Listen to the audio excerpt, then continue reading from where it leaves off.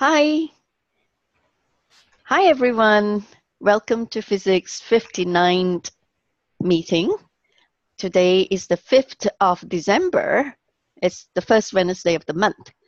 Actually, we have postponed the first session to this Saturday, and we hope you will join us in Physics this coming Saturday, because that's when Kevin Trimmel will be able to get a neighbor's computer to do a video recording with us for the first session of the 59th Physics meeting. And so this is 1 hour has passed, and this is the second session. And this second session is going to be a fun session because we are going to have a off-the-cuff conversation with some of the most gifted and amazing people who are in attendance right now. Right, so I would like to share screen now so I can actually introduce what we are. Okay, so hang on a minute. So it's Wendy. Okay, right. So this is FESIG. FESIG is the Free Energy Special Interest Group, and we meet once a month, the first Wednesday of the month. This is our 59th meeting, and I am the chairperson. The co-chair for the first session is Dr. Fresh Frezel, and the co-chair for the second session is James Rink. So the Free Energy Special Interest Group is a platform where science meets spirituality, and you can go to our website. Our website, hang on a minute. Our website is truevisionofpeace.com/physic.html. We will see this. This is a recording. You will see the website link in the YouTube that is being recorded. Okay, right. So I'm going to move on very quickly now because some of us have a very short time here. So the 59th Physics meeting agenda. I've done a very quick presentation of Physics just now, and we had a very good private meeting earlier because Kevin couldn't go online for the first session, and then he will with all of us on Saturday, so that will be replaced. We have Kevin Trimmel here. He's supposed to speak about the SSP technologies and what drives the crafts, the TR3S, the TR3s, 3L3Bs, and the nuclear-powered electrogravitic gliders, piezoelectric amplifier batteries, bringing these technologies out. And the hierarchy of the controllers, the Rothschilds, the Forthright, the Archons, and the Dracos. So he would be speaking about this on Saturday, so hopefully that's going to go well. And then we are going to have the second session, which is like a Q&A forum session, which is open to Physics Executive Council members and regular meeting attendees to participate in a Q&A and share their thoughts and insights on free energy, healing, and ascension. And then after we finish everything, then we adjourn to the next meeting. That will be the 60th Physics meeting in the new year. And I thought it would be good to schedule the meeting on the 9th of January instead of the 2nd of January, because everybody will be busy celebrating the new year. So it will be on the second Wednesday of the month in the new year. But of course, then as we go to February, it will be reverting back to the first Wednesday of the month. Okay, so that's it, folks, on that one. So I'm going to stop sharing. Thank you. And I'm Crystal. You can write to me, crystal@truevisionofpeace.com. Okay, that's our website. Thank you. So I'm stopped sharing now. I've stopped sharing now. So now this second session, we're going to have a really good fun session because we are going to have a conversation, off-the-cuff conversation with very special people here, okay, who are in attendance right now. I will introduce everyone here very quickly. We have Jessica Marrocco. Oh, she's wonderful. She had come into the into Physics to rescue the meeting when some speakers couldn't turn up. So James Rink got her to come in and speak with us. That's wonderful. And then we have Okay, Paul, and we have Chris Chadwick, and we have, of course, Dr.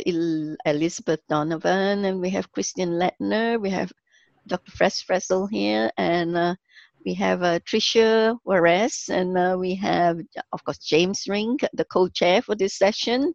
And then we have John Connor, formerly Tom Van Kulen. And Penny Bradley is here as well from the Secret Space Program group. And then we have Pontus Hester and Ron Crystal. And of course, you know, that's it in the session here, the forum of speakers and people who are joining into the conversation. So over to you, James, the co-chair. Great. So I kind of visualize this to be more like a round table where if anybody has a question, just go ahead and jump on in.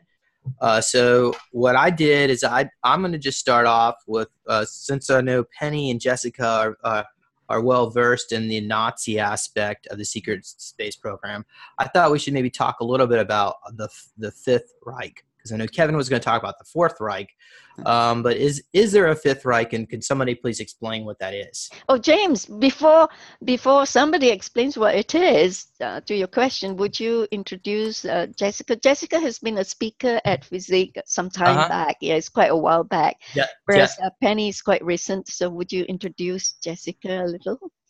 Okay, well, I'll do a quick intro for both. But Jessica is a clairvoyant medium psychic who worked, I guess, in a past life in the real secret society to channel technology for the Nazis. I think that's correct, Jessica, and her website. Correct. Yeah, Jessica, her website is readingsbyariel.com.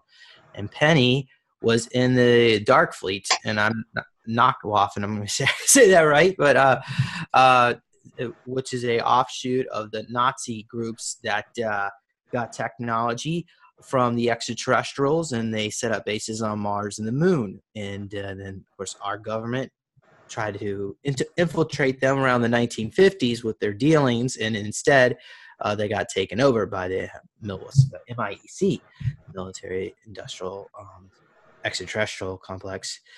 Okay, so hopefully the video feed will return back to me. Is anybody else seeing what I'm seeing? Yes. Can we see you, James? Yeah. Okay. Whoever speaks, we will see them. Okay, great. So I just thought maybe we just start off with a Fifth Reich because I know the Nazis apparently they have all this advanced tech, and so are they going to come down and show themselves and reveal this technology to the public, or is that probably never going to happen? Does anybody want to comment on that? I can comment unless Penny, you want to go first. It's up to you. Go for it, Jessica. Okay. Oh, well, anyhow, we've been discussing the Third, the Fourth, and now the Fifth Reich with Peter the Insider from the ACIO. Just an added note that the ACIO has me on what's called the numbers group, and apparently number 12. So some of my off-world experience has, I contribute to a lot of my inner and outer seeing.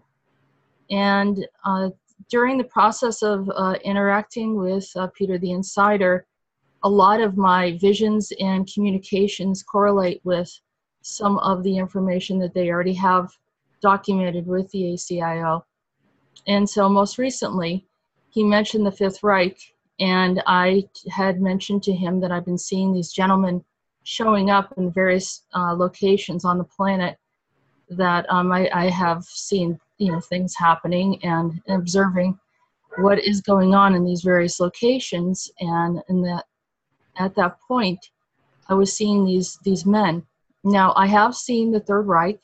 They are, what have been referred to as the time-traveling Nazis. And then there is, of course, the Fifth Reich, which is associated with a lot of hybrid group called the Tall Whites.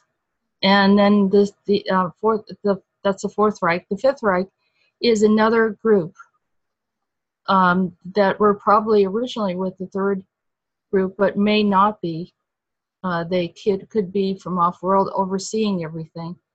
To my understanding, they are no longer working with Aldebaran. I don't see any connection to that. I have heard from Aldebaran, and they want to disassociate from some of these activities that are going on the planet. And so the Fifth Reich right now is trying to introduce new agendas on the planet that have something to do with control systems. I'm not quite sure exactly what they're trying to do, but you know, in universal order, one world order, whatever you want to call it, I'm sure is definitely in their plan.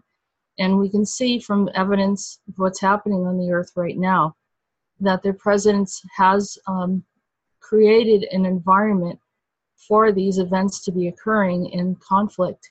So the present system that we understand is now coming together, and they're creating a universal kind of frequency or thought form that everyone's sort of starting to accept without being able to think. It's not so much that they have to enforce things, it is the overlay intermingled with forms of AI or other types of technology that we don't understand, and creating a lethargy or a disinformation or a disharmony in a way with anything that doesn't come into agreement with this agenda. So we find that you know, it's an additional stronghold that we had not dealt with before. So like this Fifth Reich is like a group associated with like George Soros and those types that are trying to subvert. George Soros would be like a puppet, you know, and I'm not saying it lightly, you know, I see that he has persuasion through money and power, but compared to the type of power that we're talking about, it is a type of power that can go dimensionally in scale. So we're looking at, you know, galactically within this, beyond the solar system, potentially, that they have a reach of understanding, and so they're able to incorporate this information. And then people like George Soros would be carrying out some of their wishes, you know, to create the disharmony. Anyone who is creating disharmony on the planet right now is being utilized for one cause or another. Okay. Well, so Penny's having trouble getting her camera. Come on. Well, we can still hear you, Penny. So why don't you comment a little, Penny, if you don't mind, why don't you comment a little bit about, from your experiences in the secret space program and the Dark Fleet, do you think these Nazis will reveal themselves to us and share their technology?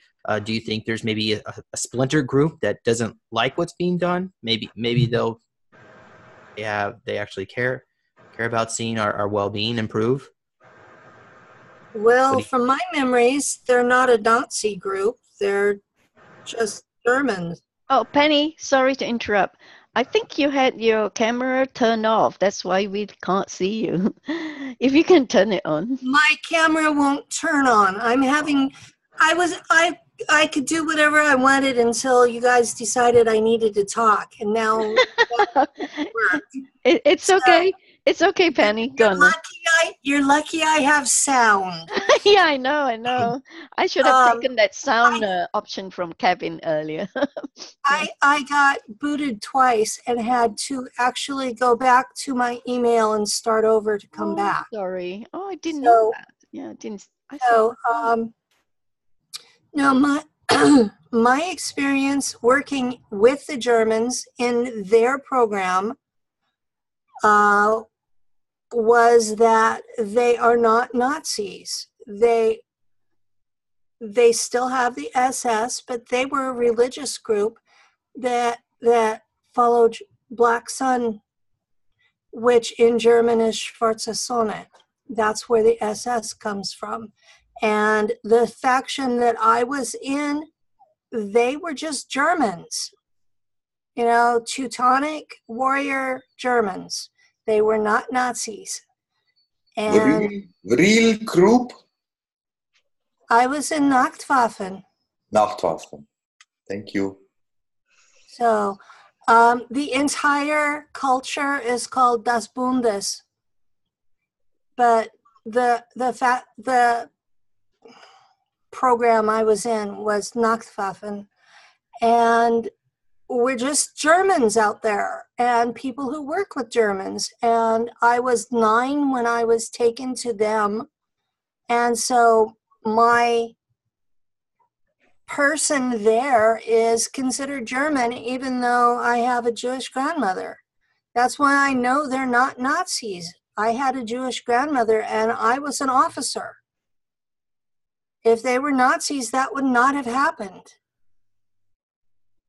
So I did get a lot of flack because I had been modified with Draco DNA, but yeah, the comment in chat, Nachtwaffen means night weapons. It's a poetic term because going into space in German is ins der Nacht. So they took the term Waffe from like Luftwaffe, and there's ins on words that go with the gender of the noun. So Nachtwaffen is the folks in space, the regular military in space, and that's what I was with. I was a pilot/navigator while I was working with them. Every altar that I have remembered that works with Nachtwaffen is a navigator.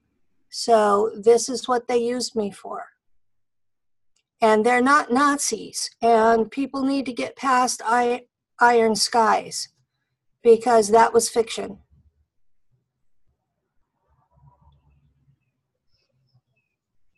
The Germans went into space to get away from the cabal on Earth.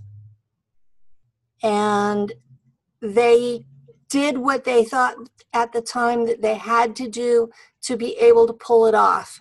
And yeah, they made some mistakes, but they're trying to adapt and change and get past those mistakes. You know, what we say in America, live and learn. So that's something that I keep. The more I remember, the angrier I get about them being called Nazis, because they're not. They're a military group that is trying to get away from Earth's bankers. So they made allies that would help them do that, and the Aldebaran people were not good people to know. The Draco are actually pretty decent to you as long as you're loyal to them. If you're not loyal to them, they will come and destroy you absolutely, utterly to the last person. So revolting against the Draco is not a good idea for the planet. So I think people should keep that in mind too. You really don't want a 13-foot dinosaur-looking critter coming in mad at you. I mean, that's just basic common sense. So the Germans have been allied with the Draco for at least 70 years, and I have reason to believe that that alliance goes back to the 1500s. In which case, the Draco think that we're in a real alliance, and backing out is going to be really, really hard to do without getting everybody on the planet crisped. So that's just my 2 cents worth. Okay, thank you, Penny. So according to some whistleblowers, including yourself, Penny, the technology in SSP is reported to be more advanced than Star Trek. Could you or Jessica or anyone else comment about the types of advanced technologies in the SSP and how could they could possibly change our lives if they were released here on planet Earth? Well, since nobody else is saying anything. Well, I thought I'd give you the opportunity to go ahead and say something first. Okay. My experience was 0-point energy. We pulled electricity directly out of the ether of space. Space is not a vacuum. It is all of these ionized molecules floating in currents. And you can just pick up the electricity right out of that. And to a certain extent, that's true on every planet that we've colonized. It's also true on Earth and on Mars, where I lived on Mars for 25 years. So first off, you have energy that you pull from the ether. So you're not doing nuclear stuff. You're not burning fossil fuels. You're not having to pay somebody for anything. You've got this generator, and every colony has at least one.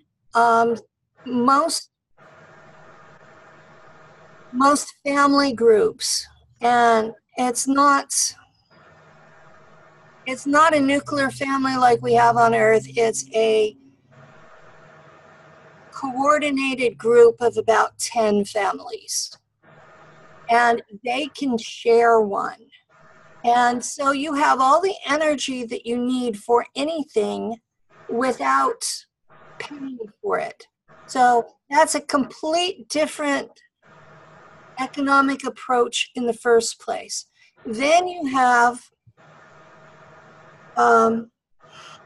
what Star Trek calls replicators, except that they don't just make food. They make water, they make clothing, they make anything that you need that will fit inside the machine.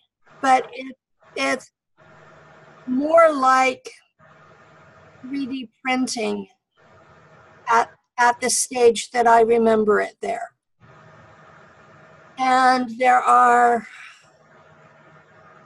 vehicles that work on anti-grav tech, which comes straight from the technology that was in the Glocke, the bell, and Victor Schauberger's repulsing engine that has been modified to operate basically. It looks kind of like a skimmer from the various science fiction kind of shows that are out there. It flies or rolls on wheels, and it is operated by this anti-grav tech. So we also have portals so that you can go from point A to point D through a mini wormhole. You have to be really careful about the edges of the wormhole portals, though, because if you're not completely inside it, you'll end up missing parts when you get to the other end. Safe is a relative term in space. What else do we have? We have,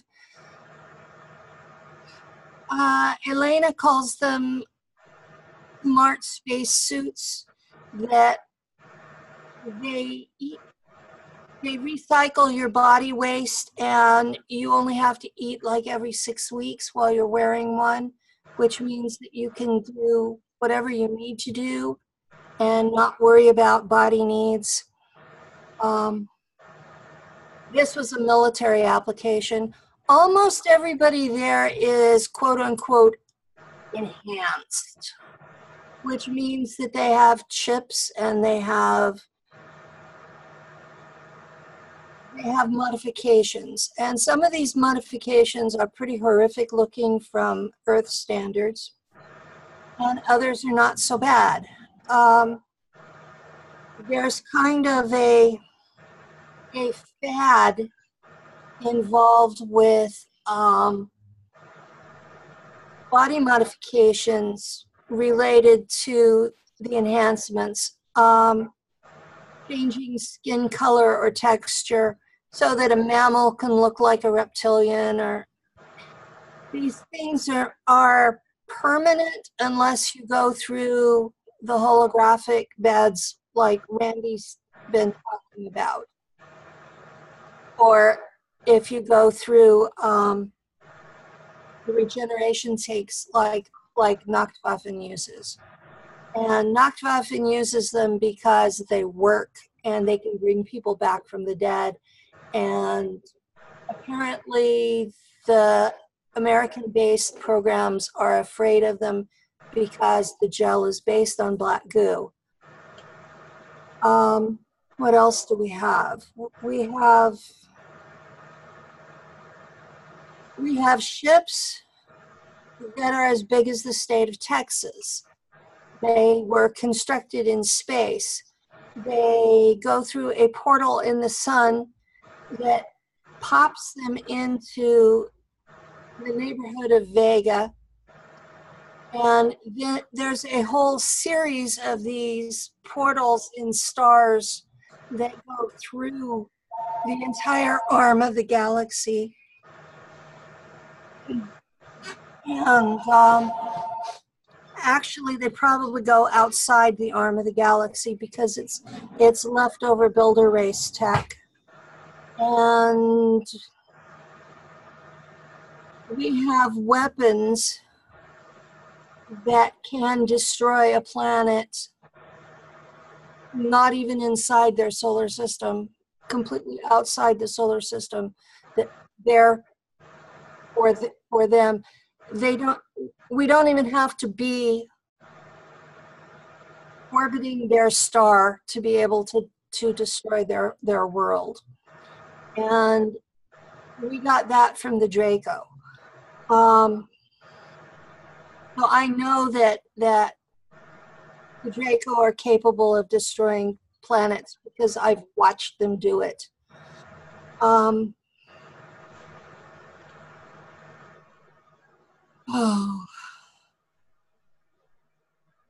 That's just the tip of the iceberg. The TR3Bs are that whole series. Those are American.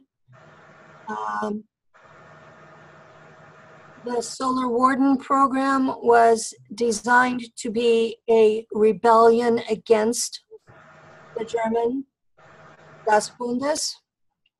And because the Americans have chafed the entire time about being a subject people to the Germans, especially since the Germans allowed them to tell the people that the Americans had won when they didn't. But the Germans thought it would be a more stable planet if they let them keep the illusion of self-rule.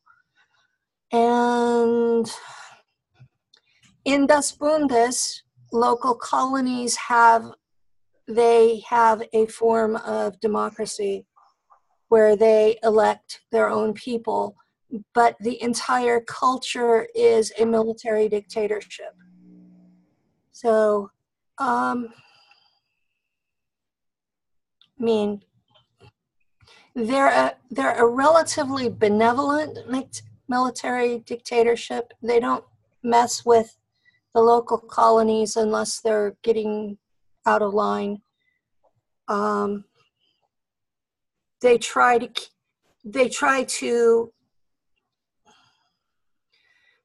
make sure that the different colonies don't go to war with each other, that nobody's going out and killing other humans.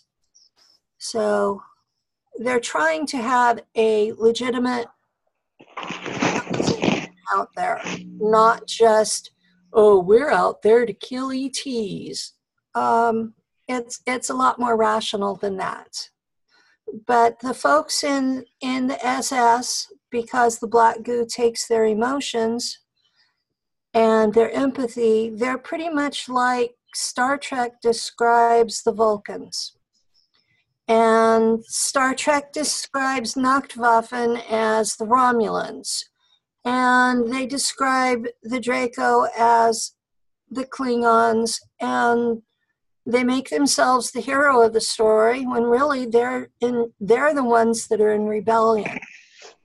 And the Ferengi in the later versions is the program that's done by the Earth corporations. That's why they're shown as greedy and willing to even sell each other, because those people they're the ones that are doing the cyborg programs, kidnapping humans from Earth, turning them into cyborgs and selling them to ETs as permanent slaves. That's what the corporations in space are doing, not Nachtwaffen. Of course, we transport them, so our hands are not clean. But a lot of the stuff that people are hearing from Solar Warden people is not accurate regarding my program.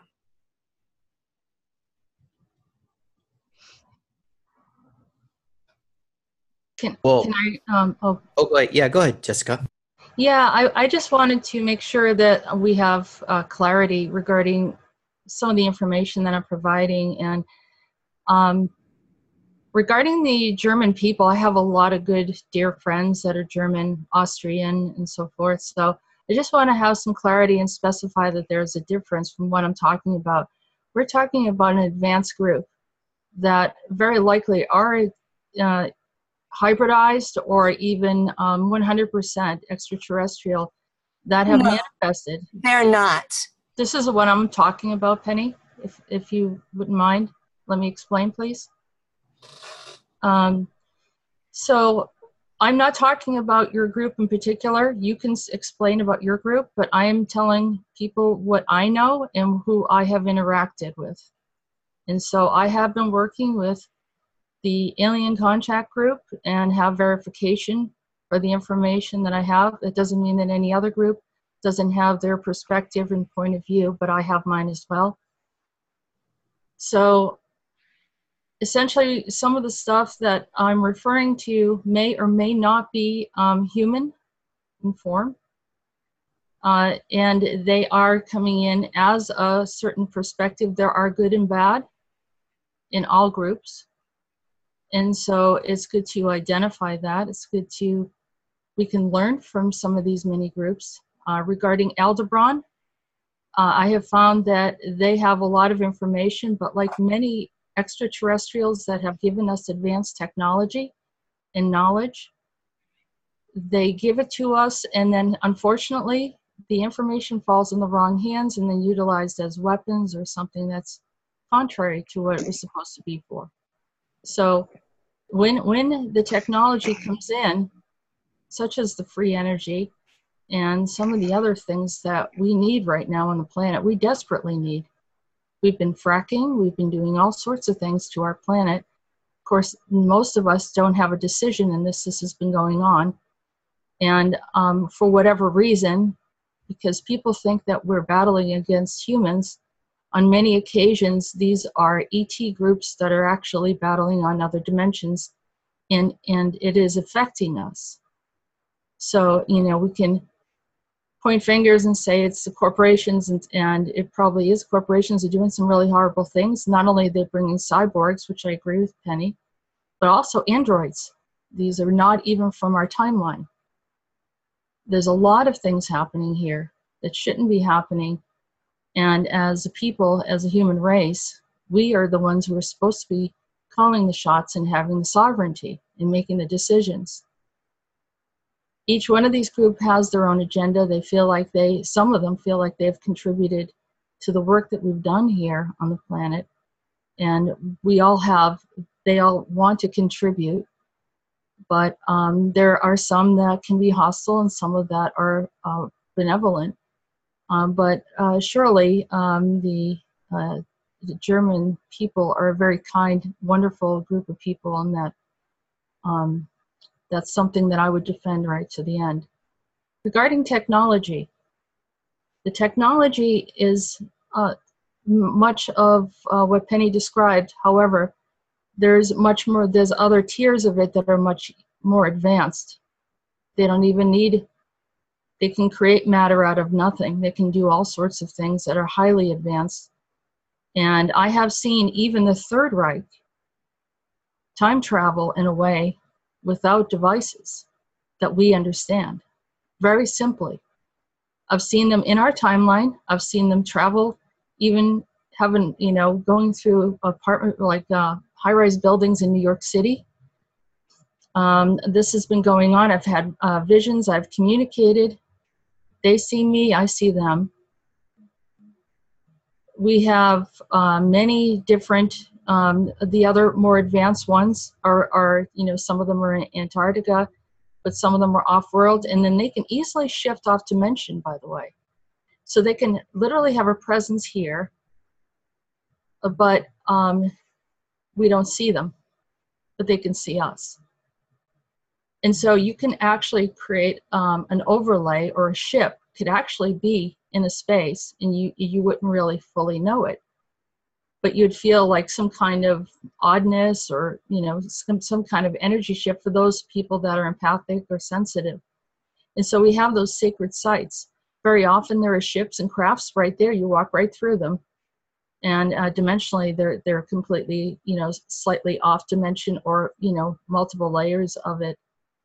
They also create constructs and all sorts of different dimensional layering on our planet, and then linking us to the lunar surface, to Mars, to all different spaces.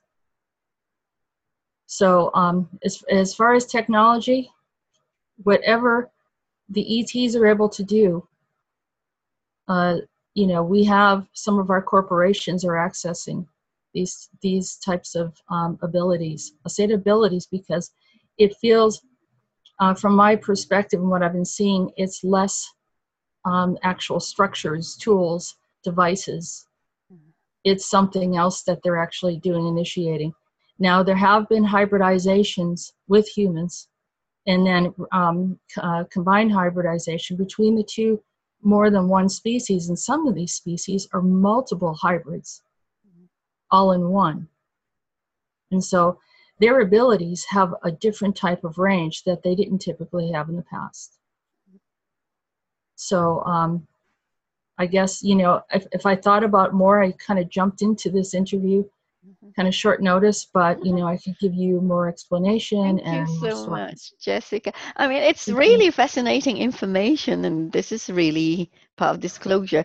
And I actually would like to catch Penny on this one before she goes off, because she says she just have 1 hour and her hour is coming up very soon.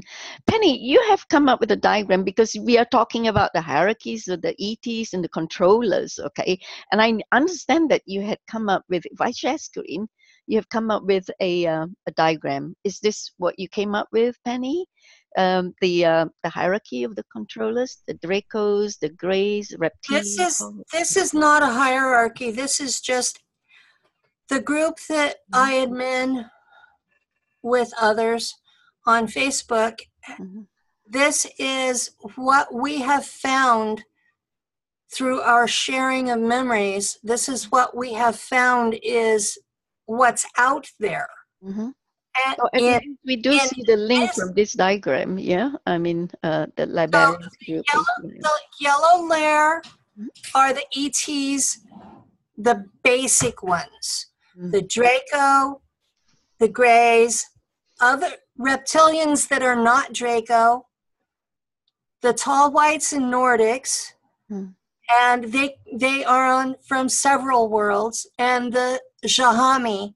And those are the beings that history calls Anunnaki.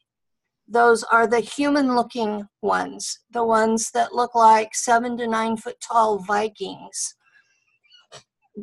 So which one are you talking about? Zahami? It's pronounced Jahami. Jahami. Jahami. Mhm. And And they are the they are the Anunnaki. Anunnakis. Yeah, that's right. And the tall whites are a subgroup of the Anunnaki. And So who came here to this planet first? The Zahami? No, The Anunnaki? the Draco. The Draco have been here since the dinosaur days. Right. They are the people of Lemuria. And the Greys are a subject race of theirs, and so are the Zahami. Mhm. Then there are other reptilians who are not Draco. Mhm. And then there are other Nordics that are not Anunnaki. But all of the ETs have dealings with the Labyrinth group, which is part of ACIO. You know, Peter from ACIO, that Yeah. group. But And before Peter's time, it was A.R. Borden, right? Number 15? Yes. Yeah. But And why was he murdered? branch, He was killed, or he just died a natural death? Or he had cancer, and he actually faked his death and went to live with the Zahami. okay. So, but the ACIO is part of the NSA. So he didn't die. He's still living with the Zahami. Yes. Okay. And the ACIO keeps all the records of all the people that are in any of the programs. So where does the Wingmakers fit in to all of this? Because it's the Wingmakers that came out, the document, in 1998, I believe. It first came out that time. And number 15 was mentioned because the artifacts that was found went to A.R. Borden. Is A.R. Borden number 15 of the ACIO? Some people who knew him say yes, and others say no. Mhm. So I never knew him personally, so I don't know. But I do know that the Wingmakers was started by someone from the ACIO who decided to make it all public. Okay. And the original website told the absolute truth, both about the ancient Arrow Cave Mhm. and about what the ACIO was doing. And somewhere along the line, another ACIO member person took over the Wingmakers site, and so what's there now is compromised. Uh-huh. So, Is it the head of the Cortium group? Cortium's yes. not mentioned here. Yeah. Cortium is part of the Labyrinth group. Mahu Nahi. That's his name, the head of the Cortium. Yes. The Cortium group is part of the Labyrinth group. I haven't met those people, but there are members of the group that were on a team that did work for them. So we have some intel, but it's very compartmentalized. So the Labyrinth... the Cortiums are not to be trusted, right? They have their own personal agenda for the planet. Everybody on this map has their own personal agenda for the planet. Mm. And they are all in competition with each other. Right now, what we have going is a faction war between the NSA and the CIA. The NSA keeps the records through the ACIO. The CIA actually does all the kidnapping and mind fracture of the people who serve in the programs. All of them. All of the programs. So there is, from the CIA, you have Solar Warden, which is a rebellion group, and it's under the US Navy. But the Marines are also under the US Navy, and they have their own space program that they don't mind fracture the people, but they do genetically create them in a test tube and then say, well, we made you, we own you. At least they let those people have their own mind in one piece. Okay. So Solar Warden was that. Then we have an U.S. Air Force Space Fleet, and Earth Defense Force is part of that. That's the stuff that's under the ACIO. Now, they are completely separate. Their people know what they're doing. They have adult volunteers who know that the secrecy is going to require that they can never be normal again. But they chose to accept it. I can respect, out of all of the people on here, they are the ones that were consenting adults. And I have the utmost respect for them because they are heroes. The rest of us are kidnapped victims.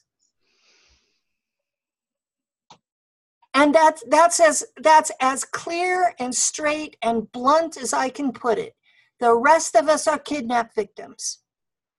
So the CIA doles out everybody, to Solar Warden, to the mercenary companies, and that's Kruger and Monarch, to planetary corporations, that's the cabal in space, to Nachtwaffen, and from Nachtwaffen it goes up to the SS, because the higher officers are all SS. So, and then you have the interactions with all of the ETs. Well, the Sahami are only dealing with the Labyrinth group and some of the mercenary companies. But what the Labyrinth group does is they take the tech that they get from these beings and they dole it out to corporations on Earth.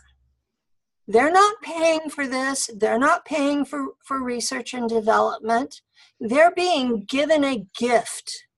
And what they do with it is up to them, and they're using it to make themselves richer and control the people on Earth.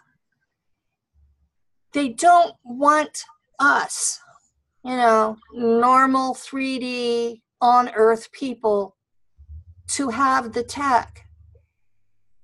And that's my two biggest beefs are nothing we do out there has to be done by a kidnapped kid. The only reason that they are not using consenting adults is because they're committing crimes. And they want us mind fractured to cover up their crimes. That's my number one beef. My number two beef is that they are treating human beings as property. And my experience with Nachtwaffen is that the German people in space are not accepting hybrids. It's the other groups who are hybridizing.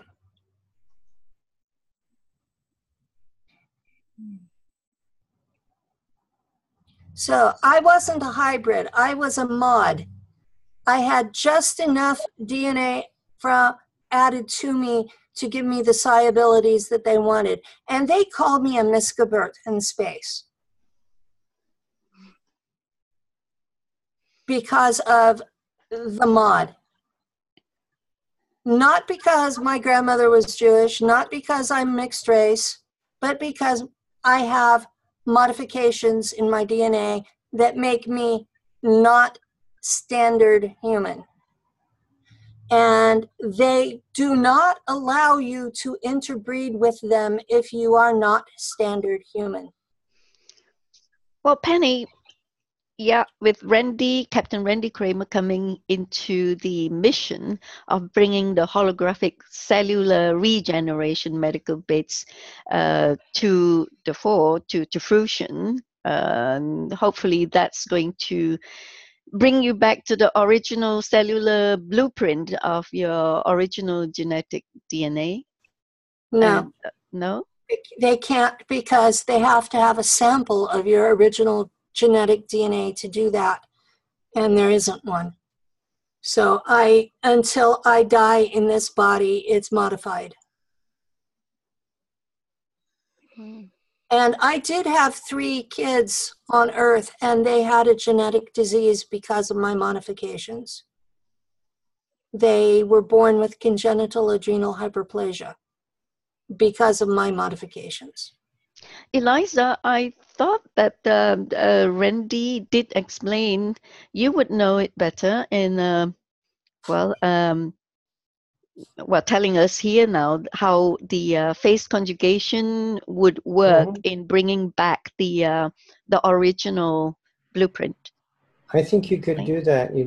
What you would do is quantum entangle with the past self before the modification, and then pull that back into the present time. Well, they modified me while I was still in the womb. Well, that's a complication. They abducted my mother, and I was not quite to the fetus stage when they did them. They injected me with ET-DNA. So I cannot be changed back to total human. And at this point, I've learned to use those abilities in spite of the firewall that they gave me. Oh yeah, I know what I do in space, and I figured out how to do some of it here on Earth. I can't blow up the whole planet, but I wouldn't want to. So, but I can stop the black helicopters at night from hovering over my apartment. They find that they just can't do it. That's part of why I have my days and nights backwards, is the helicopters come over my apartment every night between 2 and 4 a.m. Makes it real hard to sleep. Could someone please, if you don't mind, could someone please comment about CSETI founder Dr. Stevens Greer comment that there's a quarantine over planet Earth that basically prohibits Earth's inhabitants from leaving our planet due to being a threat to other life forms off-world. Does anyone, I mean, obviously that's not true. So, but is there a quarantine? Yeah, there's one being imposed. The so-called war in space is the Galactic Authority shoving us back into the solar system. The ships that keep being photographed coming out of the sun, those are the colonists being sent home, because the Galactic Authority, aka the Council of Five, you know who those are, James. The Council of Five has been sending us back because of the atrocities we've committed. And we will be in quarantine until we make galactic level 0 civilization. And if we don't do it in a reasonable length of time, we'll be shoved back to the Stone Age. So we have to bring the technology here on planet Earth before we can become accepted in the galactic community. We have to start feeding, clothing, housing, medical care for each and every one of us on this planet first. We have to have a society that is not based on slavery or other atrocities. And we have to treat each of us with dignity, whether everybody thinks we deserve it or not. Oh, Tricia might have an answer there on that one. Tricia, you can see it happening soon, that everyone will be housed and treated and fed and equally. Tricia, can you hear me? Oh, okay. I have a question that just came to mind, if I might. Does anyone know the answer as to why a Syrian starcraft was destroyed recently with 12,000 souls aboard, and it was completely destroyed, and all fragments of the people that were aboard are gone forever? How long ago was that? Just fairly recently, within the last few weeks. I don't remember the exact date. I've been involved in multiple things in November. I was taken every night several times by Nachtwaffen and by Kruger to take ships, to anti-telephone, to rescue colonists on worlds where the Galactic Authority had said, evacuate, go home. And they basically said, F you. And the Galactic Authority blew up the place. So we've been time traveling to rescue those people. This was a starcraft, not a planet. This was a starcraft that had 12,000 people aboard, and they were all from Syria. They were all Syrians, Yeah, rather than humans. right. I don't have personal knowledge of that. Okay. Right, Tricia, can you speak up? You got some answers on that, the next step that humanity has to take? You think it's near now, the time when humanity will be, I mean, all on this planet will be fed, clothed, and housed freely? Yes, can you hear me? Yeah, now we can hear you. Okay, my connection's a little wonky. From my observations and on all the prosperity funds coming out, Switzerland is on its way. They're training people, preparing people in Indonesia at the moment, and then Ecuador should come in, and I see a lot of progress on their front, and I'm sure most of the other fronts, and most of these planetary prosperity funds are focused on feeding and clothing and making sure everyone's tended to, especially, of course, in the health area, because we all know that needs to be redone. Education, housing, you name it. There's pretty much no stone left unturned, and it will be open for people to come in with their projects and to help heal all of these factions. Yes. Mm-hmm. Right. So we are heading towards the right direction then, and we surely will have our chance. Okay. Right. Penny, do you want to continue? Thanks, Tricia.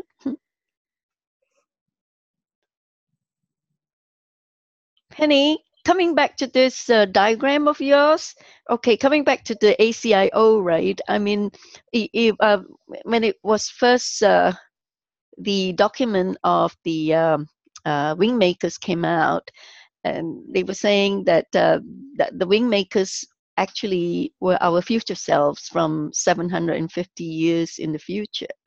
And they have come back to put all these artifacts so that we can remember who we truly are, with the philosophy, the art, the whatever there is, the music and poems and whatever that was found in those caves, and then it was handed over to the ACIO, and after that, well, it was supposed to benefit humanity, but where has all that gone now?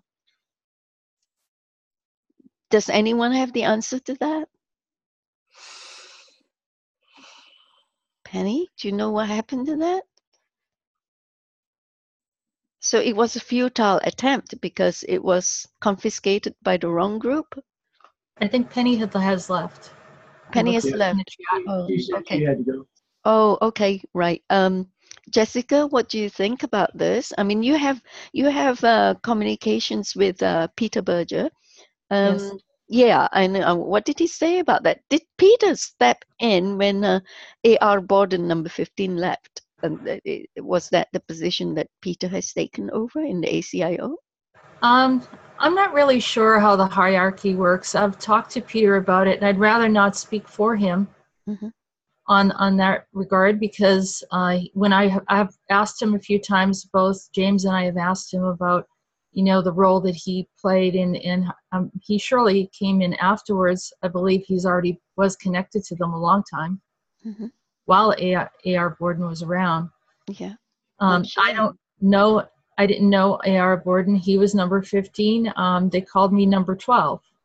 They called him number 12. They call me number 12. Call you number 12. Wow, you have the security clearance then. Yeah, and they see I wasn't So if you're number 12 and he was number 15 AR Borden when he was here, then you must be his superior. Well, I wouldn't say, you know, I mean, I don't really look at, you know, who's over who, and to me that's not important. It's, you know, we have a big picture here that we have to look at, and so everyone needs to help from each person. But yes, they identified me as number 12. I came in, I was not hybridized. There were experiments on me, but they were in regard to dumbing me down. Apparently I came in, they identify you as a number because they don't know your origin of where you came from as a soul, or, you know, what your soul essence is, or whatever you want to call it. You know, you usually identify soul with a human. So I was definitely, I came here, I knew I had a purpose here to help the planet, as do many that, you know, feel like they came in for that reason. According to the ACIO and the records, they did actually some surgery on me to dumb me down a bit because I knew I had too much information. And there's another problem that some of the ETs have with me is that I remember too much. And so they try to, you know, always trying to wipe everyone's memory about things, but I still retain some of the memory. And, well, it gets me in trouble a little bit from time to time. But yes, I wouldn't say, I have interacted with number 15, but number 15 appears as a female. So you have to understand that there's no gender in that kind of, you know, environment. When you're looking at, you know, extraterrestrials as male or female, sometimes it's some kind of neutral somewhere. So when I found out he was number 15, I was like, now that's interesting, you know, but it could go either way. And yeah, I've had a few interactions in the past. Oh, Jessica, I have another question. And then there's this lady who called herself Sandra Sabatini, and she claimed that she was a protege of A.R. Borden before he died. So do you know her? No, I don't know her either. Yeah, I was, actually, they must have had something else in mind for me. And so I've worked on other things. I have been communicating with ET since I was a child, very, very young child. They started visiting me at the age of 5. I found that I've interacted with just about most of the known species, but there are various others that are unknown. And I, you know, early on, I tried to just shut it down because I didn't understand what I was dealing with. And then they would tell me, you know, oh, you know, you're in our space right now, or we don't like what's going on. And, you know, Grace, I think it was a Zeta group. No, I think it was an Emerthers. Emerthers pointed out to me that they were showing me bombs, and that they didn't like that we were practicing and doing anything like that on the planet. I do communicate with the Council of 5. They tell me things that are going on the planet, and they help me to get information and have an understanding of why certain things are going on. As Penny mentioned, that they, you know, do have a significant say in what's going on here. And they have been here since, you know, primordial time on the planet. Wow. Jessica, could you tell the viewers, the audience, more about the Council of 5 and what they do here on this planet? Sure. Well, they're much older than you can imagine. I mean, you know, they decided to be the ones that watch over the Earth. The Earth was meant for the species, human species, to develop and grow, as well as many of the animal kingdom, plant life, the fish. This whole ecosphere, you know, is just designed so magnificently perfect. And so in order to somewhat protect that, the Council of 5, you know, decided that they wanted to be here. And I find that they're very loving and have a tremendous amount of wisdom. regarding what is good. This is a place of learning. There's no duality that was introduced by Zoroaster later on in time, who introduced that into our many religions. So, good and bad, there's no like extreme good and bad. Everyone can go in either direction, but it is a place of experience. And the problem is other species have come in to try to disrupt our experience and our existence here, and interfere with our growth. Pardon me? And alter our DNA. Yeah, and so we've had a lot of infractions. So though they've been watching over us, they haven't been able to maintain, for whatever reason, whether they're there as observers more so than interferers. I don't know how they seem to have a benevolent and know that it goes to a point where they'll step in, but otherwise certain things play out. And by the way, the Syrian ship that you were asking about, it was attacked by another species. It wasn't a human group that went after them. Well, I assumed that, but I didn't hear. I knew about the ship, being destroyed, but not by whom, and that's what I wondered. And I have another question for you that just came to mind. What's the purpose of the ACIO base in Palm Springs, California? They have bases in different locations. The one that I deal with is the one over with Peter in the Australia, and also there's activity over in the Czech Republic that I'm interacting with. To my knowledge, there's a lot of disruptive things going on in Florida that's creating a lot of resistance, and I've had to communicate with some of the species to assist in protecting Florida, particularly since the tidal waves and hurricanes and so forth are being initiated by laser tech and so forth. Maybe James has some information on Palm Springs, because I don't necessarily interact, but maybe I have, not so directly, but indirectly. James, did you want to answer that? That has never come up in any of our talks with Peter about Palm Springs. Now Peter has admitted that he has commuted, is his word, from Pine Gap to Area 51, which, if anybody knows, is quite a substantial distance away. But Palm Springs has not come up. I mean, however, wouldn't that be considered like near Joshua Tree, where contact in the desert takes place? That's pretty close. It's pretty close. Yes. So I would assume that perhaps maybe there's some benevolent groups down there. I would like to think those groups are more positive, but you never know the way that this thing goes, especially in California with the fires, which are allegedly being caused by Monarch. Directed energy weapons causing the fires and killing people directly. Seen actually directly overhead on some homes, specifically targeting specific homes to be destroyed with the people inside them. Right. Those are extreme violation, horrible things. We tried to, I did do a show on that to disclose a lot of the information about what's going on there. And that type of activity, I have communicated much. It's a very upsetting situation. Very, very upsetting. I have friends out there.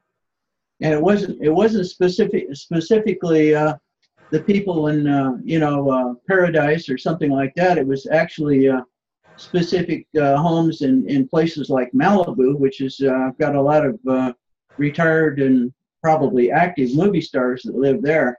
Why they were targeted, I have no clue. Some were targeted, some were not.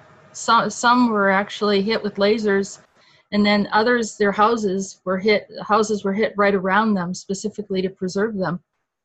So some homes were hit directly. Absolutely. And trees and things like that, foliage that was right around the homes wasn't touched. It wasn't burned at all, and that's completely abnormal. So whatever they hit the home with, they also had an energy field around the home that protected all the foliage around it. It didn't touch it. The trees and plants are still alive. The home is completely incinerated. Absolutely. These are the higher level corporations that they're trying to leverage different things, and they're trying to force their way in. And well, I mean, James, maybe you can expound more on that. Yeah, well, I mean, in that chart that Crystal was showing earlier showed all the different mercenary groups, and that's where we primarily go into. Certainly, there's a war going amongst these different factions, and another one is Mobius. We were going into that earlier in our last show, and this is another splinter group. Apparently, this is like what the steampunk came from. The guy that's in charge of it is this time traveler, apparently, that is working with Monarch. Yeah. But the early 1800s, yeah, they started. Right. So what would be nice is if like maybe some splinter group within these factions would come forward public with the technology and just release it on the internet on a website, maybe sort of like WikiLeaks, say, here's all the schematics. Why don't you have somebody can go out and try to replicate it. I just don't understand why we haven't seen that yet, or maybe we have and Assange has not published it. But I mean, all the timelines show that the technology is going to come out soon, probably Trump's second presidency. At least that's what Peter has said. So I guess we just got to wait a little bit longer. I don't know. I don't know how. I think a lot of us are tired of waiting. But we were supposed to be in World War III at least 2 or 3 times in the past couple of years. And it's been averted. I'm looking at this chart again, James, and I'm just trying to figure out where Randy's command comes from, the USMSS. Well, Penny said it was a branch of the U.S. Navy was also working with the Marines, and they had their own group that kind of broke off. Oh, the U.S. Navy SF. Isn't that what she said? Does anyone remember? Or the U.S. Air Force Space Fleet. Yeah, Randy said he was part of the Marine Corps SS. Yeah. Marine, yeah, that's right. So where's the Marine? I can't figure out where the Marine Corps. He called it USMC Special Services. USMCSS, that's right. Special Service. That's what it comes from. Yeah.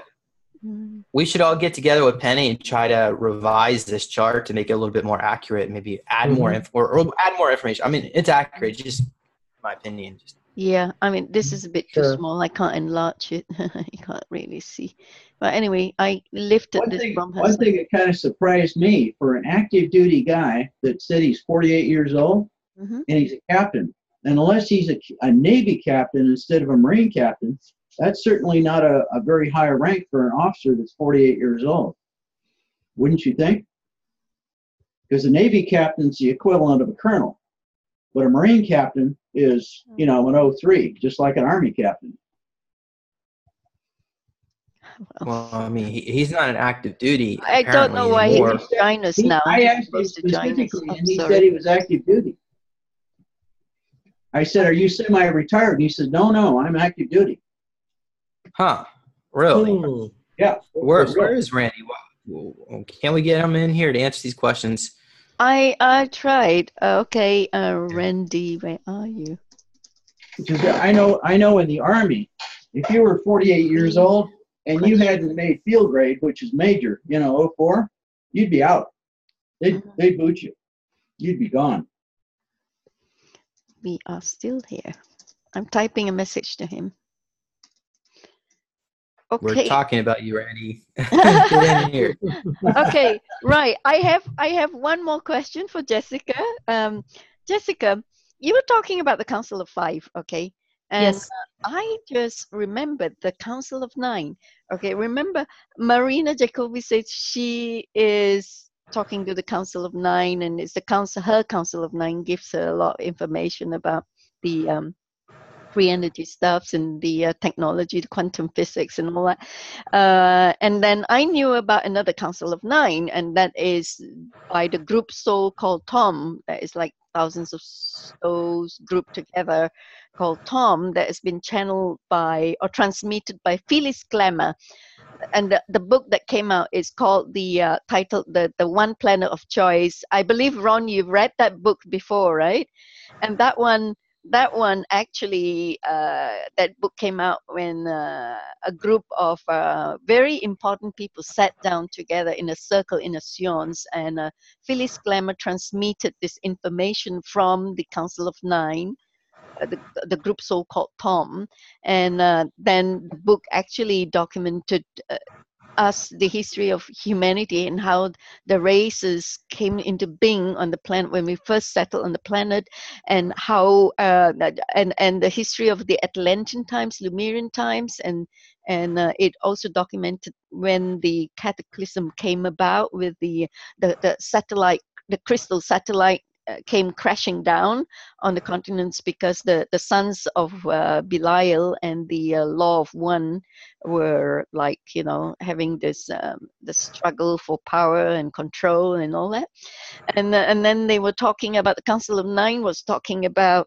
a lot of things that made some sense. But then in years and years later, I did some research, and apparently okay, part of the people of the members of the Sions in the circle that had sat down and channeled through this information, one of them is the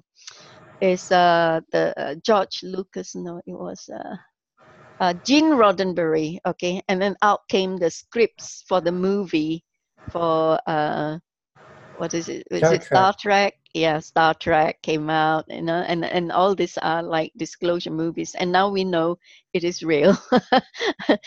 What I understand about Gene Roddenberry, he actually had some people who were extraterrestrials on his staff that were helping him with the Star Trek series, not only the film, but the actual television series. Sure, he was here with a mission, certainly a disclosure mission. Yeah. And then George, followed by George Lucas and Steven Spielberg and all that. They were here, born with a mission. That's why they churn out movies like this to acclimatize the masses. So when the time comes, then they wouldn't die of shock when an ET were to stand in front of them suddenly and materialize. Yeah. So, by the way, speaking of the science fiction, I just recently saw the original The Day the Earth Stood Still, 1951. Mm-hmm. Oh, you've never seen that before? I love that one. Yeah, but anyway, there's a regeneration bed there. I mean, that's how they revived Klaatu. Wow. 1951. Yeah, Gort did it after he brought him back. Time, no space. Yeah, cool. And we think all that tech is old. I mean, they were talking about it in the 30s and the 40s and I know. Amazing. And then until now, we still are not touching any one of them. It's such a shame, and it's a waste.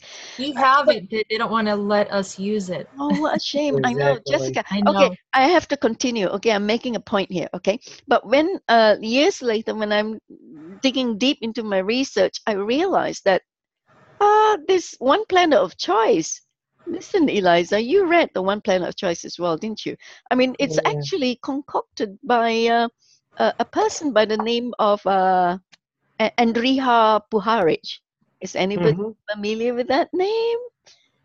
And then he was like mentoring a person like, I mean, a very famous personality like Uri Geller. Yeah, who bends spoons and bends and brings back time and things like that, or mess around with the clock or something like that worldwide, and he became a sensation.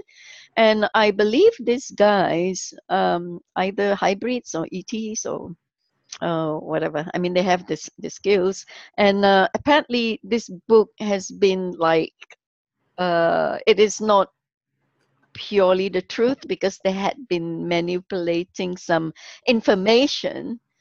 I don't know. Has anybody got any say about that? Ron, Jessica, have you heard of these names? I haven't heard of the names, but I will say that there's a lot of there's many councils out there. And it's funny because they all have their own perspective of how things came about. A lot of times there's overlapping issues. such as the way that, many cultures have the story about the flood, right? And they never communicated about it, but they all kind of have an ancient written history about the flood. Many of the ET races have an idea of how humanity came about, or how they contributed, or their DNA was a part of it, and they have an association connection to us. Oh, Captain Randy Cramer's here at last. I am here. Welcome back to FESIG. Yeah, we have questions for you, although we are supposed to be closing this meeting already, but you are here, so we're going to give it a few more minutes. Yeah. So the question for Captain Randy Cramer was, who has that? Somebody was asking a question. Rink. So I guess when are they going to release these I guess they're already releasing the holographic technologies, the healing beds, since you've been authorized to release it. To get skiers, just throw the money at you to get it made. I know that's not really exactly a question. Tricia. Well, we hope the answer to that. We hope the answer to that is as soon as possible. But it's a difficult thing to give some kind of a date and say, oh, it's going to be by April of 2021, or I have no way to project that kind of a date from where we're standing right now. But we certainly just continue to put all of our focus and hopes and prayers into as soon as possible. Randy, I've got no less than 5 or 6 different avenues that we're exploring for that right now. So all that has to happen is one of them has to pan out, and we'll be fine. But anyway. Right. I think James has a question on this chart that I'm going to share now, right? James, you have a question? Yeah. Could you bring up that shot? Thanks. I did. I just did. Randy, can you comment on, because you said you were part of the Mars Defense Force and as a Marine, and so obviously that's not on this chart, but where would that be connected to within this apparatus, your group? I'm looking at it. Hold on. There's a lot of lines there connecting to a lot of different places. Well, focus on the U.S. Navy. Are you would that be part of that group down at the bottom right? The Marine Corps?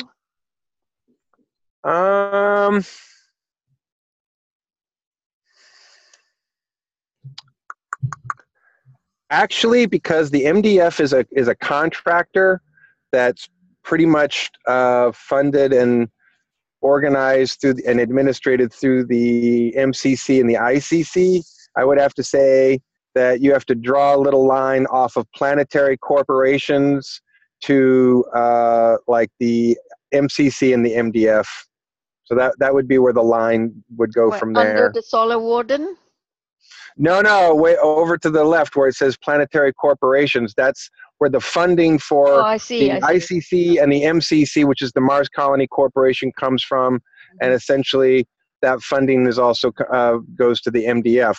So I was trained under a Marine Corps program, which is probably a lot closer to way over there where it says, U.S. Navy Space Force, Solar Warden, there would be a little line that probably goes to Radiant Guardian. And then I would have to put probably a little, patch for USMC SS and a couple of lines that go to Solar Warden, Radiant Guardian, Earth Defense Force, and then a line that also goes to mercenary companies, because personnel get parceled out in a lot of different ways. It's not so straightforward to say you were trained or organized under one organization and then you can only get assigned to 2 or 3 different places. You could get assigned to a dozen different places, and you could get thrown all over that map based on personnel requirements and who needs who and who has an arrangement with who to get those personnel. So you could end up all over the place. But that's what I would add to that probably. Yeah, we will get Penny to and if I was going to add one more thing, I'm not sure that I would also agree with where all those lines are pointing or coming from. So if I was going to make a flow chart like that, it would probably look a little different. would you make a flow chart then? Then we can share that. Oh, you're just asking me to do one more thing in my task of things to do right now that I don't have time for. Okay, forget it. Yeah. I'll tell you what, I'll put it on the list and we'll see when I get around to it. Oh, Randy, so sorry. I don't mean to, No, it's not bad. I'm busy in the best possible ways right now. I'm not complaining about it. I am just so busy. I have people I've been supposed to call back all week long, and meetings that I'm supposed to try and be having this week, and things that I'm supposed to be doing, and I'm just swamped, and not in a bad way, just so busy that I've got the 4 burners, that I can deal with, and then all the stuff on standby that needs burner space, to use the kitchen metaphor. Okay, Randy, before I take away this chart, okay, you're talking about the Earth Defense Force, okay? So what about the Mars Defense Force that you were taken to Mars? So where the MDF, right, that probably would be a little line, would draw a little line. Well, actually, that would be a line that could go from planetary corporations to mercenary companies, and then another little line that could come down from that, which might go MDF, because the MDF is a contracting agency. It's not an actual like government controlled military organization like the Navy or the Marine Corps or the Air Force. It's a contracting company, so it's a military contractor. As a military contractor, people have ranks, and there's a hierarchical system and so forth. That's exactly like a government or federally operated military organization, but it's a contractor. It's a private contracting company. So it's somewhere over there still in planetary corporations or under mercenary companies, because it's not an actual military organization like the Navy or the Air Force. Even though it is a military organization, it's a private contractor. And so, but Naval personnel, Army personnel, Marine Corps personnel, Air Force personnel, actual military trained personnel can end up in the MDF, even though the MDF is just a contractor, if that makes sense. Yeah, so they are still under the jurisdiction of all the Draco, the Grace, the community of the ET. No, I would see now. Again, I would draw this a lot differently, because I don't think that that's correct. I wouldn't say that the MDF is under the auspices of any of those extraterrestrial organizations at all. I would disagree with that. I would also disagree with that line with that goes from the Nachtwaffen. I would say that there's not necessarily a hierarchical connection there either. The MDF operates under the MCC, which operates under the ICC, which is more linked to the global banking organizations, whose allegiance changes. Their allegiance is to themselves first and foremost. Let me make that perfectly clear. The banking organizations' allegiances are to themselves, and they will do business with extraterrestrials that they see fit that benefits them. And that changes over time, and that has changed over time. So it's not necessarily that the banking organizations are beholden to 1, 2, or 3 groups of extraterrestrials. They will do business with whoever they think that they need to do business with, and they are beholden to their own interests more than anything else. And I would suggest that there are influences within those organizations from a number of different places, not just extraterrestrial organizations, but military intelligence organizations that are trying to, have their hand in that cookie jar. But the global bankers are beholden to themselves more than anything else than they are to anyone else. Randy, I've got a question. So again, I would redo this chart in a completely different way if I was going to do it.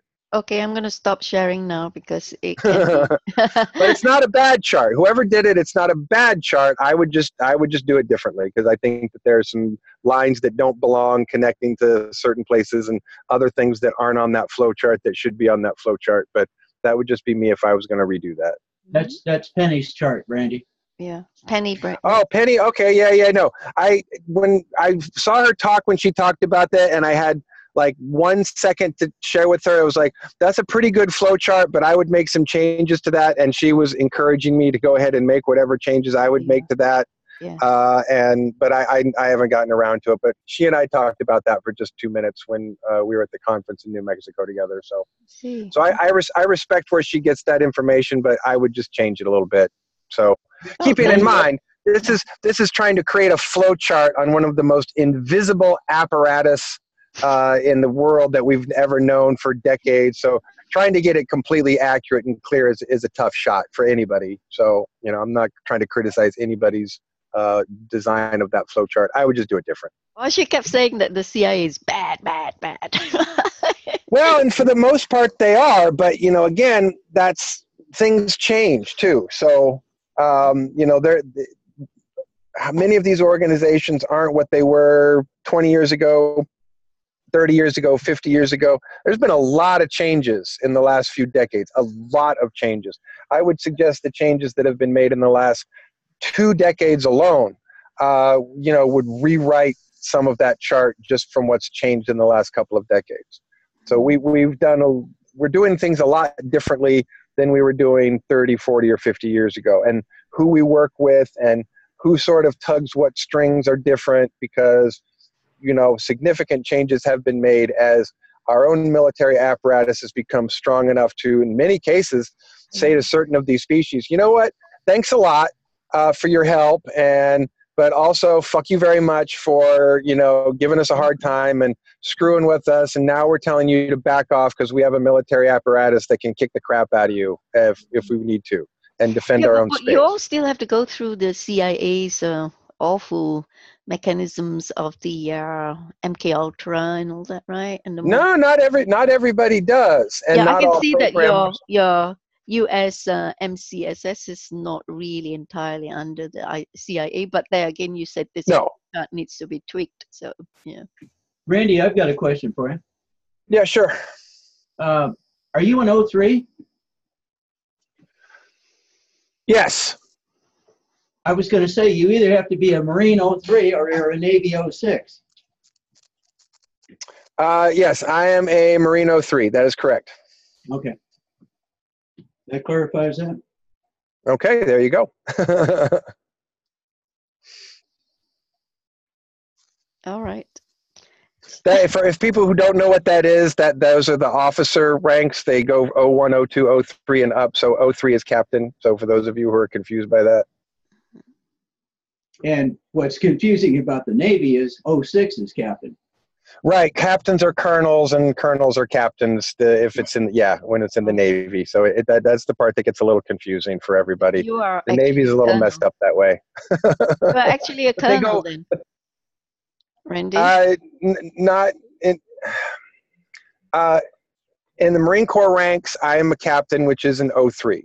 So let's just leave it at that for now, without trying to get more complicated than that. But in the Navy, an 06 is a captain, but that's also a colonel in the Marine Corps. So an 06 is a colonel in the Marine Corps, and an 06 is a captain in the Navy.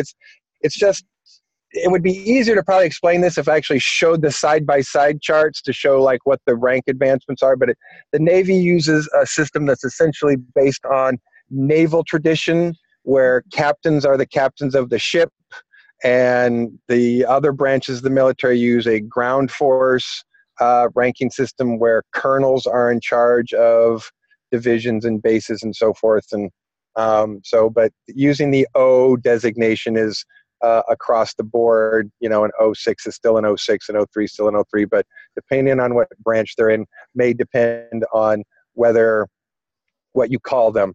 So an 03 in the Navy is a lieutenant, and an 03 in the Marine Corps is a captain, and an 06 in the Marine Corps is a colonel, and an 06 in the Navy is a captain. It's a different system. The Navy uses a naval tradition system, which is just different than everybody else. But the rest of the services are pretty much the same otherwise. Yeah, an Army 03 is a captain too. Right. So is the Air Force. Air Force 03 is also captain. So. Actually, I think Tricia has a question for you, Randy. Tricia, about the... Oh, sure. Tricia, I tried to unmute you, but it's not. Tricia, are you having the internet connection? You have been unmuted.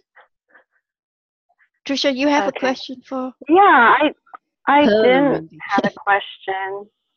Can you hear me now? Yes. I can hear I you. don't remember the question. I don't remember the question. You were if there saying the was time one scale today. for the time scale for The Prosperity Fund? releasing the holographic cellular regeneration medical beds. It's a bit too long, you're saying?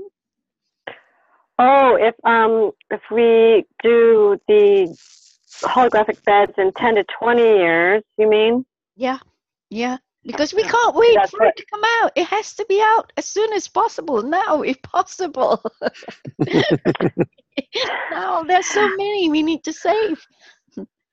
Yeah. Well, I was just also saying that I am seeing the prosperity funds coming out through Indonesia and through trusts, so grants actually through the IDA, International Development Association, and so they're in their starting stages of training the Indonesians as representatives to start distributing the funds. And because in the Sesindo faction, it's out of Indonesia, and the people of Indonesia have really followed through on organizing everything that needs to be done and have come together, collaborated with each other, and their South America is planning on it as well. So I was just saying that I see these funds coming out soon, and was just talking with James about collaborating with some of the healing arts schools. Like we had spoke before about, maybe the laser and sonar and issues that you might have to come up against when you're bringing them out to the world as healing technology, to kind of start in the healing centers where it's not necessarily a competition, but a collaboration with the healing centers to start repurposing or transferring to the healing centers, true healing centers, rather than hospitals. But I see it coming out in the hospitals too, especially because their machines and people are very well informed on the mechanicals in hospitals. Randy, we had an earlier meeting, of course, you just hopped in. Our Oh, no, I missed the whole thing. Yeah, our star sister here, you could listen to it on the video recording to catch up. Anyway, our star sister, that's much later. Our star sister, Tricia, was saying, in other words, that like anything else, if you got funding for any good project, such as this holographic mid-bed one, if the ROI period is going to take 20 years, people are not too keen on dishing out the money to fund it. I mean, well, logically speaking, if it's a shorter period of time to actually perfect it and make it beneficial for everyone all round quicker, then I guess, even Swiss Indo would be very keen to fund it. Well, we think we can do that in 5 to 10 years. We think this is all on paper. So the problem with the guesstimates on paper is that they're guesstimates. We won't be able to make what I would say is a more accurate estimation until we've done like a year of engineers working on issues. And the reason for that is because until we have engineers working on problems and we have some kind of idea about how long certain things are going to take with real actual work getting done, it's all on paper guesstimation. So we're guesstimating 5 years to a prototype, 10 years to a marketable machine, but that's all, can change depending on a lot of details as we start developing the actual components. And, we have to have a software lab, a hardware lab, and engineers working in both, and a manufacturing lab so that they can design components, build components, test components, redesign, rebuild components, retest components until we get the components that we want and that we need for a functional device. So that's a process that on paper we can guesstimate how long that's going to take. But when it comes to how long is it actually going to take, there's no way of knowing that until we've started, and we've been at it for at least a year. So being at it for a year, we could make a better estimate of those times, and maybe it's less, maybe it's more. But there's just no way that we can make any real estimations until we've been at work for a year, because that's going to give us some idea of how quickly our engineers can work, how quickly they can actually solve problems, how quickly they're able to overcome the component questions and design, test, and redesign the components that we need for a functional prototype. I know. There's just a lot of steps. It's a chess game. It's a chess game full of steps. And like a chess game, you can't really say what you're going to do on step 7 until you've done steps 4, 5, and 6. So, you know, a lot of the steps that are farther out, we can guesstimate on what we want to do and how they're going to go. But until the earlier steps actually happen, we don't know what those steps are actually going to be. We have a really good idea of what the strategy is, and have an adaptable strategy, so no matter what happens, we're prepared to continue to adapt whatever we need to do. And we've considered a lot of possibilities, like a chess game, where we have considered, well, if this happens, then we'll do that, and if this happens, then we'll do this. Sure. But, you know, until those things actually happen, we can't make a decision on what the move's going to be, or what move 7 is going to be, or what move 15 is going to be. An early member of FESIG, Charlotte, has written to me, very excited, after watching the video recording of your presentation at FESIG last meeting. So she was saying that she's looking into a funding source as well. So people are getting to know what you're doing, and this is really amazing for people here on this planet. And I think they are all helping to look for funding sources. And I will be talking to her as soon as I could find some time, Randy, and I'll get back to you, okay? Oh, thank you. Yeah. And we've been talking to people for years. We're continuing to talk to people.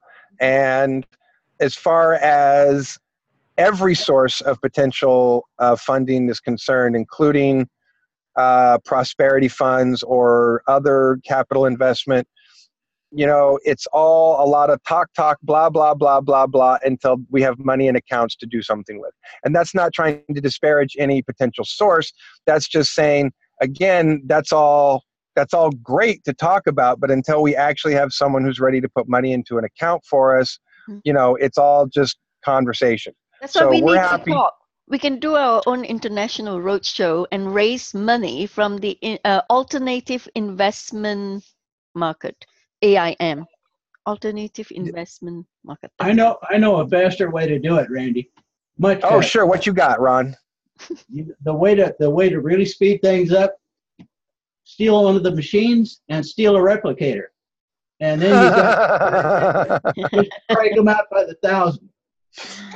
Well, unfortunately, as a United States Marine Corps Special Section officer, I am beholden to the law, and I can't just go around breaking the law and stealing things that I'm not entitled to have possession of. So, as I say, really the only people that I care about what I think about me or what I do are the people who do my annual review, and that would look bad in my annual review. Yeah, it would. If they knew. But if you could... They keep a really close eye on me. They'd know. They would know. I could say, but I like the way you think, Ron. I like you thinking outside the box there. Yeah, it could be done in secret. Not from the command staff. The command staff knows everything that I do, so there's no way I could hide that from them. But you know, if somebody else acquired some hardware and then brought it to me, you know, and told me that it fell off the back of a truck, you know, who am I to say? But I can't personally go around planning on stealing equipment. So, but I appreciate the thinking outside the box there. Okay. Oh, has Jessica left? Is Jessica still she's here? Still here. Oh, hi, Jessica. Randy's here. I'm sure the two of you would like to chat about this, and you could put more light. As a psychic clairvoyant, you could see a little bit in the future and tell us this is going to come into fruition soon. So then our good captain can get the funding for the holographic med beds. I think, you know, I think that there's so many different things happening right now. And unless some of these things get out of the way, you can't really bring a lot of the technology forward. They're trying to get everyone pretty much on the same page, and as there's so many different disruptions, I think the ETs are holding a lot of this back. I don't blame necessarily the military. I mean, there's forms of chaos that are being introduced, and so just when you start to bring something forward, you know, there's a disruption, a distraction, there's another problem. You know, there's so many different excuses, and Randy, I mean, you probably have your own perspective of this, but from a galactic perspective, you know, this is what I've been told, is that things have to pretty much get on the same page, and also that the technology is going to be used for the good. It's not just supposed to be for the elite. It's supposed to enable others. That's what I keep on the planet to be able to have access. No. Yeah. So we and still Randy have an has the same imbalance. view as well. Randy says it's for the masses. It's not for the elite. Right. Right. Yeah. Yeah, I would completely agree. And what we understand about sort of how that's working, my brigadier general and some other members of the command staff are part of the negotiation teams that spend their days and nights.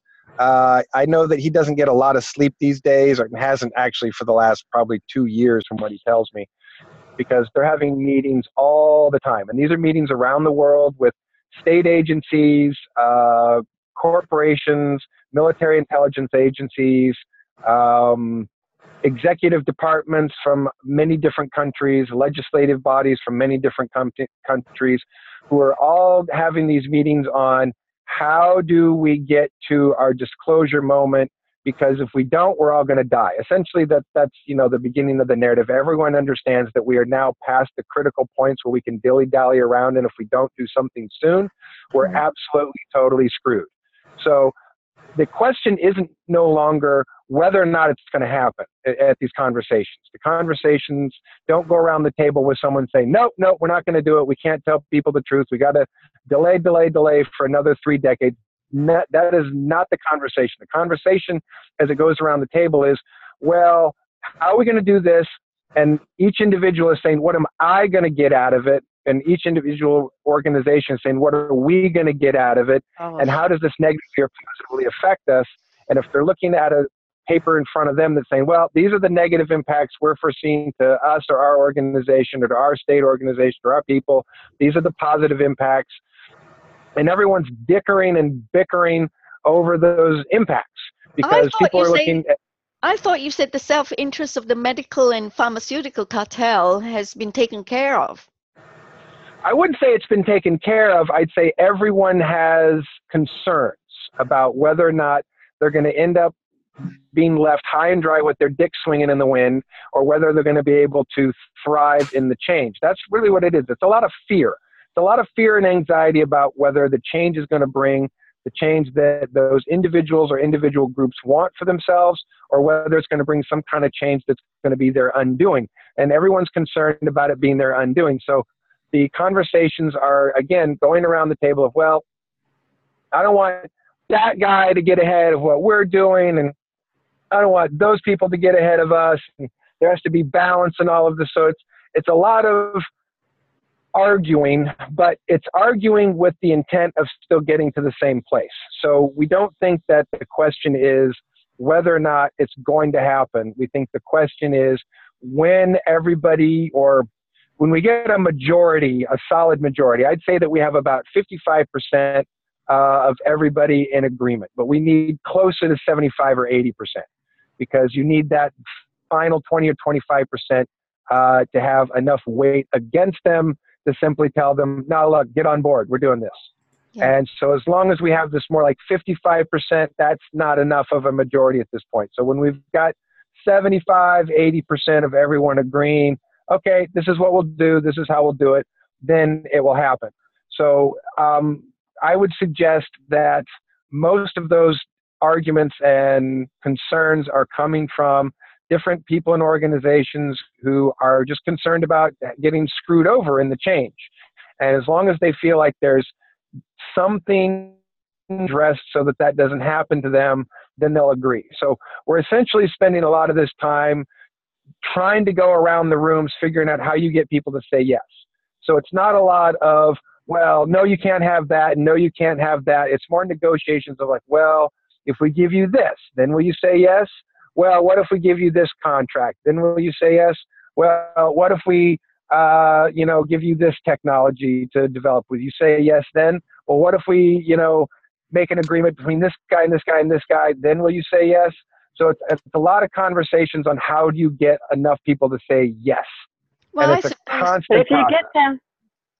Sorry, I suppose you would win anyway. You would win anyway, Randy, because you're saying that it's a matter of getting this 25% to turn around, to be educated, to broaden their mind into thinking that nothing is permanent on this planet. Things changes, things progress, so they have to accept that. Otherwise, they'll be left behind and being obsolete. So they have to actually switch their way of thinking in the operation, the day-to-day operation of their business. These are the multiple and some of them are willing to do that sooner than later, and some of them are willing to do it more gradually than others. So it's just a complicated conversation with a lot of different groups and entities on how exactly to get them to say yes to a larger plan. Okay, get me in there to hypnotize them. These are the multiple timelines that are playing out. So as we all come together in a unified agreement that this is what we want, we would rather have a more pleasant experience rather than having all these conflicts and problems on the planet. And we start to converge in that thought, and the timelines can play out, and whereas the ETs can look down the timeline, see the outcome, and say that's not going to work, and so that it doesn't manifest then. So you have to get in alignment. Everyone has to be in agreement and have to get past all of these personal differences in the way that we're looking at things. Yeah, absolutely. And we certainly have our own organization to do that. We have Time Corps to help us do that. We don't need extraterrestrials to look at multiple timelines. We have an organization that can do that. And again, they're all looking for the same thing, which is how do we make sure we end up a result where it works out and we end up with, shiny chrome buildings and flying cars and not a planet burnt to cinders because something went horribly, horribly wrong. So that also is a lot of the breakdown. There can be a simple way to look at things, like saying you can harm or you can harmonize. Which do you choose? And the more harm that keeps going on daily, day in, day out, when we have all these solutions, there's infinite solutions.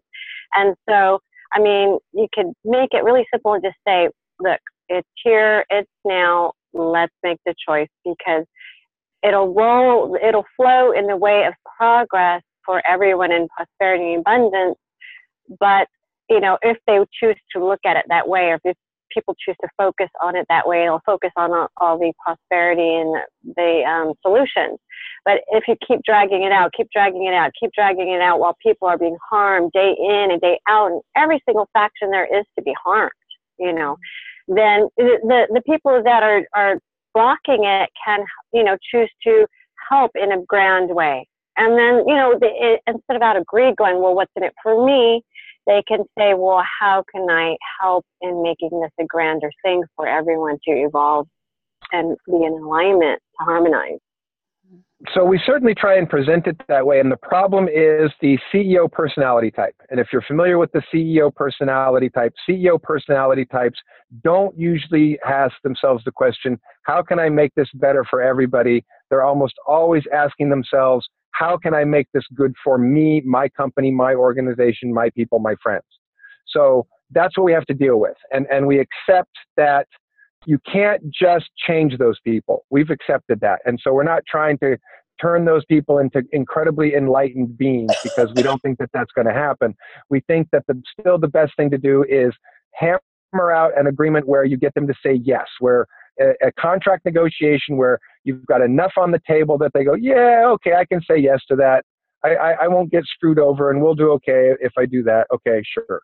And so that's what we're still trying to shoot for is getting past the CEO personality profile, because they're just not going to do that. We would love to see all these people at these tables do that and agree to that, but most of them are personality types that's simply not going to happen. So we're trying to work with what we've got, which is how do you get a bunch of greedy, selfish people to agree to something that's good for everybody, and it has to be good for them. That's essentially what you have to do. So we're still just hammering out on a day-to-day basis how to make things good for those individuals so they can all agree as a group around the table and say, when we come up with a solution, so that when we get to that 75, 80% of everyone going, yeah, let's do that. Then we're a go. Then we're just a green light go for some form of big change, whatever that's going to be. Can I say something? When we're presented with so many solutions, I'm sorry, just one last thing. When you're presented with so many solutions, so many solutions, they can monetize it if they like when we're going into the prosperity funds. So they should be able to they should focus on the solutions instead of everything that they've been doing wrong, and then letting them make the choice by letting them be the last word on how we're going to do it and when we're going to get it out. That seems a little bit backwards. But No, I totally agree with you, but also at risk of I want to say this in the nicest way possible. We can't all be armchair quarterbacks and try and tell the people, yell at the team on TV on what they should do or what they shouldn't do, because the truth is those people are hammering it out and working it out in the way that it's working itself out. I'm just as much of an armchair quarterback where I want to tell them, you should be doing it this way. I agree with you. I'm not even going to even attempt to say that you're in any way wrong with your summation. It's just that when it comes to how do you actually get those people around the table to agree, it's just a little bit more of what's on their piece of paper and what can you shove across the table to them that gets them to nod their head instead of shake their head and go, yeah, okay, I'll agree. So that's what we're doing. We're making our best attempts on a daily basis to get as many people as we can into agreement so we can get this show on the road. Because believe me, we're exhausted from continuing these negotiations a year after year after year. We want to get this going. Believe me, we all do. It's good to know that you had tried your level best, every avenue you could think of, and we are here. FESIG is happy to support you in what you do. And as I was saying, we could talk about this, and we could organize an international roadshow where we can go and get the funding through the alternative investment market. Okay, we could talk about that, Wendy. Yeah, anyway, the meeting has gone on a little bit far too long because the recording is coming to it's 2 hours now, coming to 2 hours already. So James, would you want to? Yeah. All right, well, so at this point I just want to say thanks everybody. Penny, obviously she's not here, and Jessica, as well as Randy. Randy, do you happen to have a website where people can find out more about you? I will put his website link in the YouTube channel. Yeah. What's your website? Yeah, my website is www.earthcitizenconsulting.org. Yeah, I've already got that link on FESIG's page. Yeah, that's me. And we're revamping the site, so it may not look like it's been updated for a while, depending on whether my IT guy has been up to taking care of it. He's an actual web specialist who has a business partner. They run a web development and promotion company together, and he's offered to do all my stuff for free. He's a really awesome guy. So depending on when he gets around to updating my stuff, or when we get around to taking care of stuff, my site will either look updated or not. But yeah, people can still get the general information of what's going on from there. Okay.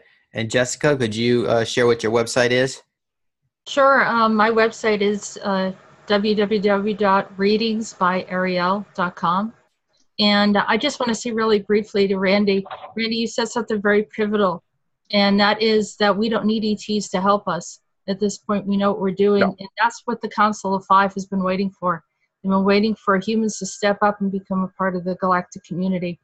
So I think it's fantastic, and you're definitely a leader in this arena, and keep doing what you're doing. And I appreciate all of you. Thank you for having me today. Here. Thank you so much. Thank you very much. I appreciate that. Thank you for joining us today, and speaking about so many of the disclosure information that we really love to hear, and we would love to have you back one of these days for our meetings. Thank you so much, Jessica. Thank you. Thank you. Bye-bye. All right. So there being no other business, this meeting is now adjourned to the 60th FESIG meeting, which will be held on the 9th of January next year. So thank you so much, everyone, for attending this meeting. And what about, we're still on for Saturday, right? Sorry? You're still going Saturday? Yeah, on Saturday, that's what I was going to say. On Saturday, we are going to reenact this 59th FESIG meeting with Kevin Trimmel, who couldn't make it earlier in the first session. So you didn't miss a lot, Randy. But he wants to go and get a neighbor's computer to use so he can have a video with us on Saturday. So that's the reason why we have to do it on Saturday. So there you are. So if all of you would use the same code on Saturday, same time, we're going to have Kevin Trimmel and more disclosure information coming.